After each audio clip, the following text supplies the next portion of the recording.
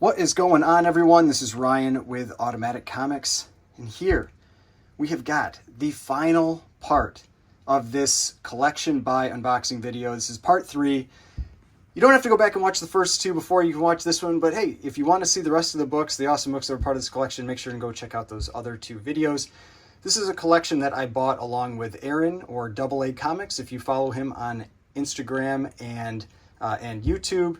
And one of the things I just thought I would show real quickly at the start of this, before we get into the rest of the books, was these 2. These were in the last unboxing video. This is Amazing Spider-Man 298 and 299. 298 is the first McFarlane Spider-Man, his first cameo of Eddie Brock, and I would say it's it's really like the first Venom cameo.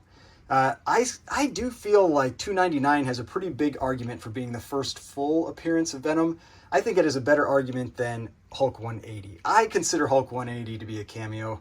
Whatever. I mean, I know I'm probably getting attacked in the comments for that, but that's my opinion. I think Hulk 180 is a cameo, 181 is the first full, but I think this could be argued as the first full appearance of Venom. But let's just show you what I'm talking about here. So, and then we'll get into those, the rest of these books. So this is issue 298. We jump to the kind of like the second to last page here. We've got this page with Eddie Brock. That's him, that's him there, that's his hands. And you've got the symbiote kind of like covering his hands there. Like, to me, that's cameo. Like, it doesn't say Venom or anything. And, it's just like you don't really see the character. He's not part of the story. And that's really the argument for the Wolverine in 180. He's not really part of the story. He's just appearing at the end. But this one, to me, is like definite cameo. Then, let's go to Amazing Spider-Man number 299. And why I feel like this has a pretty good argument for being a that first full appearance. So 299. Here, let's jump to the last couple pages here.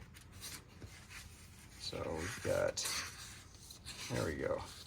So here we've got, because we've got multiple panels first. This is the second to last page, and you see Venom there. He's talking. He's got lines. And then in the final page, you've got his full depiction. It's basically like a full splash page of Venom. He's got another line, and it says his name. I feel like this has a better argument to being a first full appearance than 180. I mean, it's still like it's just at the end. It's like 4 panels or whatever.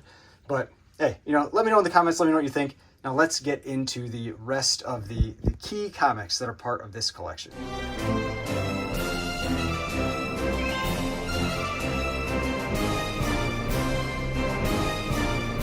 So here we've got the first bag of comics for this video. If you haven't watched the other videos yet, basically Aaron shipped me a large box that had a bunch of different Gemini mailers. I think like 12 Gemini mailers that each had kind of like these bricks of comics inside of them. And so I have not seen all the comics that are part of this personally. I've seen pictures of some of them, but most of it was just from like a typed out list, and that's how kind of I went through all the comics. So I'm seeing these for the first time along with you, so I think that's that's a pretty cool part about this. I thought that would make this a fun series for this one because we're both seeing these at the same time. So the first book here, let's see what this one is. All right, this is one of the few Silver Age books. I talked about that in the last video. The last video had a couple Silver Age books in it. This is Fantastic Four number 33, first appearance of Atuma. Was a much bigger book when we had the last Black Panther movie. This was one of the characters that was fighting alongside Submariner, but yeah, still a cool book. Looks like it's in pretty decent condition too. I mean, maybe like a 4 or 4.5 or something. But yeah, Fantastic Four number 33, awesome Silver Age book. All right, so let's see what the next book is. Oh, there we go. We saw the 298 and 299. And this is Aaron's note. He said he wanted first dibs on the ASM 300, and oh, there's a 301 in here too. The TMNTs, Raphael, Fugitoid. So yeah, that was his note to me about those. So Amazing Spider-Man 300. he thought that this one looked like it was in pretty nice condition. It does look pretty clean, but this is one of those books that you cannot judge until you have looked at the back cover, because it's mostly black, tends to have a lot of flaws, so I'll have to take a close look at that one. But definitely one that we will probably consider getting graded. See, the right edge even looks pretty nice. This is one of those books that it can have a very chippy right edge. You can still get 9/8 with that edge. It's just basically like a manufacturing problem, but this right edge actually looks pretty nice. And the reds look great. But this is considered the first full appearance of Venom, even though despite what I showed with $2.99, that there's quite a bit of Venom in $2.99. But classic Todd McFarlane cover. It's been homaged a billion times. Amazing Spider-Man 300. All right, let's see what the next book is here. There's the 301. So Amazing Spider-Man 301. This is one of those books that if you are lucky enough to get it in a 9/8, it is an extremely valuable book. It's very, very tough to get a 9/8 on this book. I think, yeah, you can see like there's definitely at least like one decent spine tick there. So probably not a 9/8. I'll have to take a close look at it.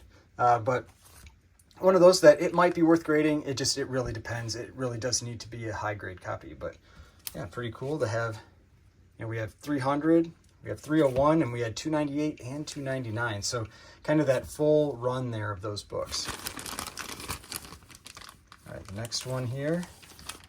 There's a cool one. And there's an even cooler one. Aliens #1. Now, this is the second print. So unfortunately, it's not the first print. The second print is still can be a fairly valuable book. It's still the same black cover, still the same really hard book to get in a 9.8 or even high grade at all. And so I'll take a close look at this one, and I will decide if this one might be worth grading. I mean, it looks really nice. Looks like hopefully that's just like a fingerprint on the bag. If it's not, I can't tell. I can't tell. I think it's on the bag. But we'll see. If it's on the interior, then that's a different story. Because that would be a pretty big fingerprint. But Aliens #1. I love the Aliens franchise. I just absolutely love it. It's one of my favorites. But then there were quite a few Aliens books. You have #2. So Aliens #2. Again, looks like a high-grade copy. There you can see #4. But here we've got #3. And we've got #4. Let's see what else we have. Are these the rest of them? Yep. So then here we've got #5. That's an awesome cover. I like that, kind of like that pink background. That really pops with the black. And these all look like they're pretty nice. Huh. Like that is that same thumbprint. These all do. Yeah. Right there. So I'll have to take a close look at these. And then we've got #6. So we've got 1 through 6, the full run of Aliens. The rest of these are first prints. Just issue #1 is a second print. I'm actually going to pull out that issue #1 right now and take a close look at it. Okay, so you can see, yeah, it's like it's on the bag. It's weird. Because otherwise, yeah, that looks really nice. So, I mean, looks like a pretty sharp copy. That is a book that definitely might be worth getting graded. Even the second print. I mean, it is a tough book in second print as well, and I love that cover. This is actually like basically like the scene pretty much that scared me as a kid for many, many years. It was from the movie Aliens when they're coming out of the ceiling and coming after all the soldiers and stuff. Just scared the crap out of me for years, but really cool to have issues 1 through 6. All right, now we are on to the next Gemini, the next bag of comics. There's one I haven't gotten to it yet. I'm just waiting for it. That is, I know is going to be a big disappointment. I wasn't sure which run it was, and it was not the one I was hoping it was. So there's definitely a set of books in here that I'm not too excited about about opening, but we'll see. We'll see if we get to them. Hey, there we go. There they are. This is ElfQuest. I didn't know what this was with ElfQuest, if it was that like fantasy quarterly or whatever it is, or if it was like the old school like 70s ElfQuest, or if it was the Marvel one. And it ended up it's the Marvel one, because like I said, it was just a handwritten list. That's all I had. So I was like, hey, send me the ElfQuest books. And so, yeah, I mean, nothing really too fantastic about those, but it was ElfQuest 1, ElfQuest 2, let's see how many are in here. ElfQuest 3, we've got 5, and then 4. So if you are looking for a run of ElfQuest 1 through 5, I'm your guy. I got them right here. I don't know what the condition is like. I'll take a close look at them. But yeah, these are definitely, like, I mean, the only one that would maybe be worth grading is the 1, and that's if it was a 9.8, and it, you know, probably isn't, especially since it's a newsstand. But yeah, I mean, I was hoping it was either like the 70s version of ElfQuest or like I said, that Fantasy Quarterly or whatever the actual title is, but it's not. It is the Marvel ElfQuest. All right, but now we've got Captain America 323. I showed in another video one of the books that has these kind of borders here. Definitely very collectible books from that time period, so I thought that was a cool one to get. So we got Captain America number 323 in a newsstand with that border. Then let's see what we got next. All right, we've got Web of Spider-Man number 31. Just a great black suit Spider-Man cover. Same thing here with Web of Spider-Man number 32. Another just awesome cover. This is a cool cover. Web of Spider-Man really does have some really incredible covers in it. And this is one of the better ones. This is a really great cover. All right, so now let's see what else we got in here. Oh, that's a good one. Oh, a couple of good ones. All right, so a couple of great Todd McFarlane covers. I think Aaron said this one was really nice. So another one that we might want to consider getting graded. Amazing Spider-Man number 328. Spider-Man punching Hulk in the stomach. Got that McFarlane signature right there. So we'll have to take a close look at this one. It does look pretty sharp. So we'll see. If it's a 9.8 candidate, send it in as like a 9.8 pre-screen. And same thing here. We've got Hulk number 345. Another McFarlane cover. I don't think he has his name on this one. Does he? Yeah, I don't see it like normal. Like normally you've got that signature block, I guess. Oh yeah, there you go. There's his name down there on the cover. We've got Incredible Hulk number 345. Can't tell. This one, I mean, it's got a little bindery tear down here, but that's acceptable in a 9.8. I see a couple little ticks and a little bit of stuff going on up in that corner up there. Not sure. This one may or may not be worth trying to press and see what type of grade it gets. This one does feel a little bit cleaner, though. This one looks really clean. We'll see. But yeah, some awesome McFarlane covers to go with that Amazing Spider-Man number 300, which I think that's probably the biggest book that was in here. All right, so we got one more box of comics to go through, and that will be all of the books that were sent to me as part of this collection. All right, so we are on to the final bag of comics, or I guess Gemini that had a bag of comics in it. There's one pretty big book, at least, that I know I haven't seen yet. So it's got to be in this bag here. So I'm excited to see that book. I don't think I've missed it anywhere else. So let's start checking these out. Here's a pretty great one. We've got X-Men number 141, the first part of the Days of Future Past story, direct edition. I think Aaron said this one was pretty nice. I don't remember for sure. I'll have to take a look at it. But yeah, awesome book. Definitely the bigger book of the two, of X-Men 141 and 142, which are the two parts of that story. But yeah, awesome book. So I'm going to guess maybe this is, yep, X-Men 142. This is a lower grade copy. You can see here it's got a piece kind of missing down here on the newsstand barcode, but still, when you got 141, you want to have 142. You want to have both parts of that story. So cool to have have both of those. All right. Oh, there's a nice book. I forgot about that one. Oh, and there we go. We've got what I think is a pretty safe argument to say this is the first full appearance of Gambit. I mean, he's on multiple pages, even though this is the book everybody wants, right? He's on the cover. I think this one typically gets called the cameo, and this is the first full, but Yeah, I'll say this really does. I mean, this is the first full appearance, but this is the book everybody wants. So we've got X-Men Annual 14. I'm not a huge fan of this cover. I know some people love this cover. It's too busy for me.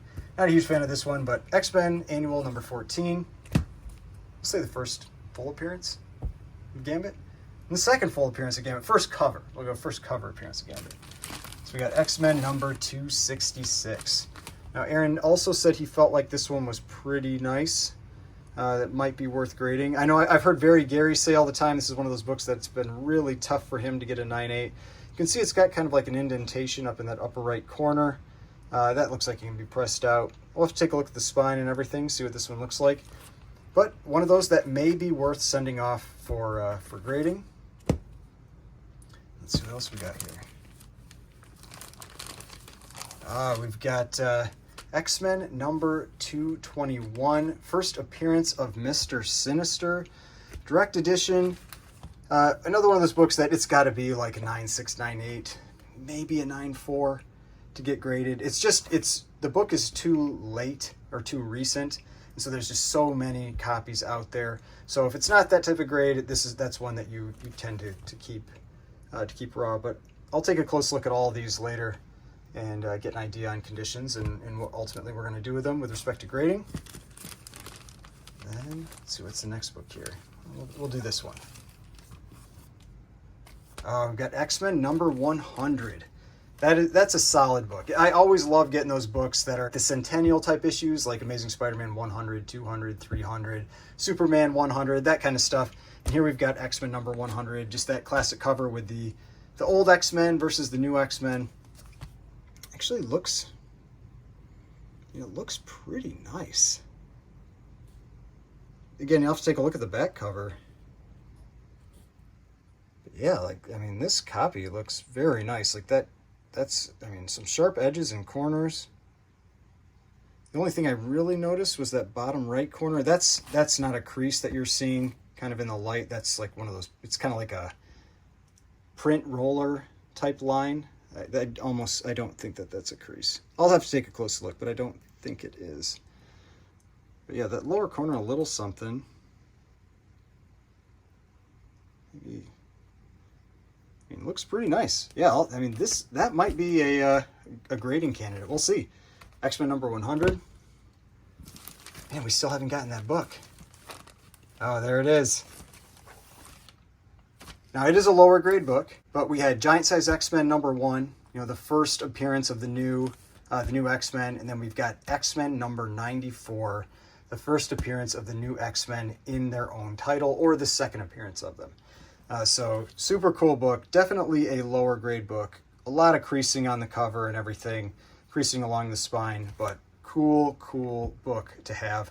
This is one of those that it always threw me off, this cover. It just, for some reason, the way they lined up Storm with this guy's face, her cloak always looked like his mouth to me.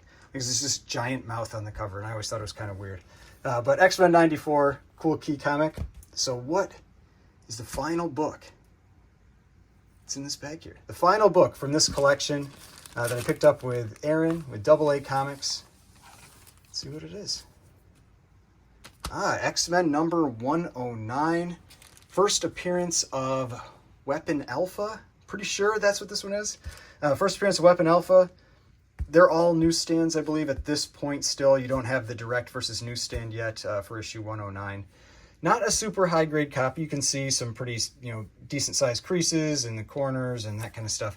But a cool key comic. Always good to get those, those first appearances, and a pretty solid first appearance and a pretty early X-Men book for the, the Bronze Age run. So it's all the books. So now if you haven't seen parts 1 and 2, go back and check out those. There's some awesome books in all the videos.